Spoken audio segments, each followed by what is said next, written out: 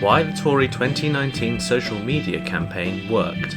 The deliberate use and non-use of Boris Johnson. Hello everyone, my name's Tristan Hotham, and this is a new video for the Social Media Research Centre, in which we're going to explore one of the interesting factors which I think led to the Conservatives doing so well in the 2019 general election. Now, in the 2019 general election, the Conservative Party won big, but there's many potential reasons that I think all feed into how this occurred. Now, one of the central reasons is their social media campaign, which saw a radical divergence in approach from the 2017 general election. The party moved from an over-appreciation of personalised politics, and when I say this I mean the use of the leader, the use of the personality of the leader, and the use of the leader as a figurehead, which in 2017 the Conservative Party expended a lot of effort trying to personalise Theresa May, who as a robotic and not very social media friendly candidate failed to create an effective personalised campaign. In contrast, Boris Johnson, to a certain subset of the population, is extremely likeable. However, to another subset he is detestable. And as such, this has led to many people highlighting that Boris Johnson is actually akin to Marmite, in that you either love him or you hate him. Now, the difference between 2019 and the 2017 general election is that the Conservative Party appreciated this fact, and rather than ramming down your throat Theresa May, for example, in 2019 the Conservatives approached with a much more nuanced take on how to use the leader. Now, we're going to be looking at some of the targeted ads that the Conservative Party sent via Facebook during the 2019 general election, and we're going to be analysing them in terms of who saw them and why. And there's very interesting, clear, tactical decisions in how the party used Boris Johnson. Now, here you can see 3 adverts sent via Facebook that all use Boris Johnson in a different way. Now, there's 3 different types here. You can firstly see one where you have Boris Johnson front and centre, but alongside the threat of Nicola Sturgeon, Jeremy Corbyn and Jo Swinson, and the idea of a gridlocked hung parliament, a parliament that wasn't working. This was one of Dominic Cummings' strategies for the general election. It was to use this people versus parliament narrative. In the middle, you can see the use of Boris Johnson front and centre solely. And what's interesting is when we look at how this advert was used and who it was targeted at, you'll see that there's an interesting balance in the use of Boris Johnson to where the adverts were sent. And then finally, using the example of Wimbledon, you can see that some of these adverts basically removed Boris Johnson altogether. And actually in its place you have this threat from Jo Swinson, Jeremy Corbyn and Nicola Sturgeon in its place. And obviously this is all to do with the Brexit politics that has overtaken this nation for the last 4 years. Now, if we want to appreciate and understand how the Conservative Party used these adverts to target people, you can see here in this graph that those places that were sent the adverts that featured Boris Johnson were those places that voted more for Leave in the 2016 Brexit referendum. In contrast, the adverts that didn't feature Boris Johnson were sent to Remain areas, quite clearly Remain areas, especially places like Wimbledon and other Lib Dem marginal seats.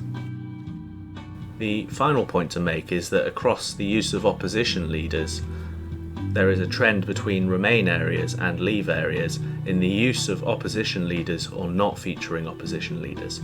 So to some extent, places that voted Leave were sent content that was less negative, so it didn't feature opposition leaders. Now, this is obviously quite interesting because the red wall seats that obviously the voters who were Labour Leave voters broke off and voted for the Conservatives.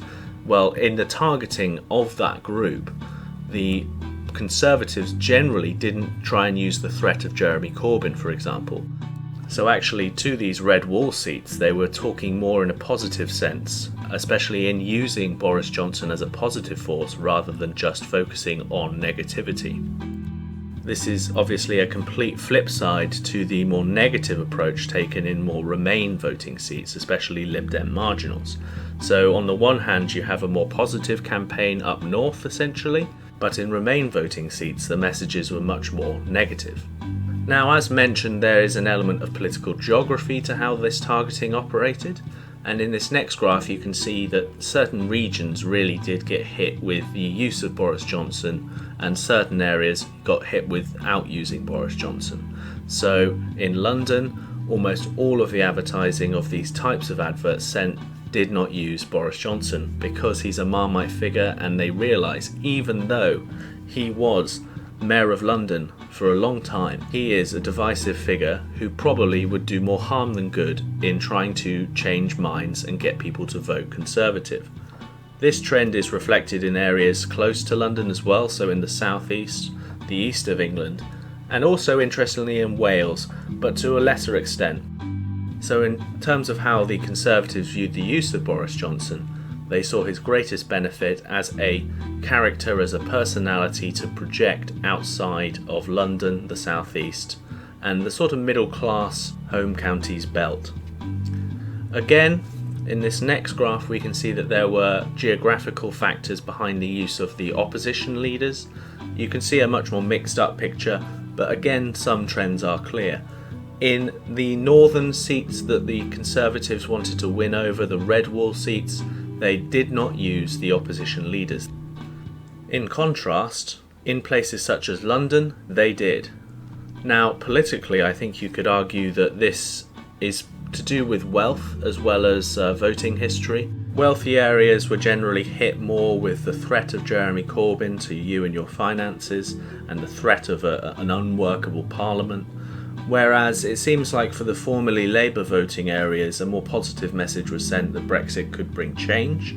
And this is interesting because there may also be an element of not wanting to attack these opposition leaders because people in these seats probably previously voted for Jeremy Corbyn and actually may still quite like him and like the policies. As Boris Johnson said after the general election results, that he felt he had gained a lent vote from many of these former Labour voters, and that's how potentially it seems like they campaigned to them. Now, of interest is that of those two types of adverts sent, each one linked to a different page that I think symbolises the different audiences the Conservative Party were trying to target. So with the adverts that heavily featured opposition leaders and were generally sent to more Lib Dem Remain voting areas, you see this nice bright blue Cameronian style website page, which is much more inclusive. You can see it features sort of friendly, happy faces and not a hint of sort of nationalism. Instead it shows, school children, workers with hard hats and Boris Johnson looking jovial. Now, it still features the line about Corbyn being a threat, but it does so in a kind of positive, soft way, in a very clever manner. That obviously the Conservative parties have been testing out the messages before the election and found themselves to have this position where you use the threat of Jeremy Corbyn, but in a soft, clever way. Now, in terms of the other advert, the one that features Boris Johnson and was generally sent to Leave voting areas, especially in the north, you can see a whole different state of affairs.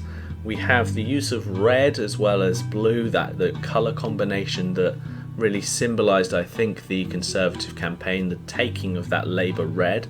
But equally we have the giant Union Jack in the background that I think really symbolises the different way they were talking to those voters, to the way that they were talking to the soft right voters in the previous example. So overall, this is a fantastic example of how modern campaigns are tweaked to fit local conditions.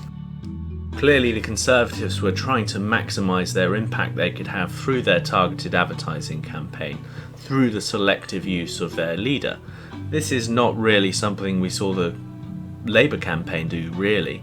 They did in 2017 very cleverly use the central Labour Party page without using Jeremy Corbyn very much, so you had that avenue. but in 2019 it seems that they maybe lost sight of the Marmite nature of Jeremy Corbyn, in the opposite way to the Conservatives realising that Boris Johnson was a Marmite figure. As such, you can see this one small piece of evidence within the wider social media campaign signifying the way that the Conservatives were using a much more smart approach to digital campaigning. You can see that they had a clear plan, and this clear plan had been long in the making. They had obviously prepared their messages, focus grouped them to death, and really understood what was going to work, and then enacted that plan, spending lots of money. Now, I'm going to be creating more videos about the social media campaign during the 2019 general election because there's so many more aspects to it that need to be discussed, from how Labour failed to also how the Conservatives benefited from the Liberal Democrat as well as the Brexit Party campaigns. Now, at the end of the day, I think the 2019 general election campaign showed that, love him or hate him, Boris Johnson and his campaign team had a real clear plan of how to act and how to do a good campaign. And as more campaigns come up in the future, such as in the US and in the rest of Europe, I think the Conservative campaign of 2019 is a model to follow. So it's really important we get a handle and try and understand how this campaign truly worked. Anyway, I've been Tristan Hotham, thank you for watching, and please check out my other videos and don't forget to subscribe. I would appreciate some more subscribers and you will get to benefit by hopefully not missing any of my next videos.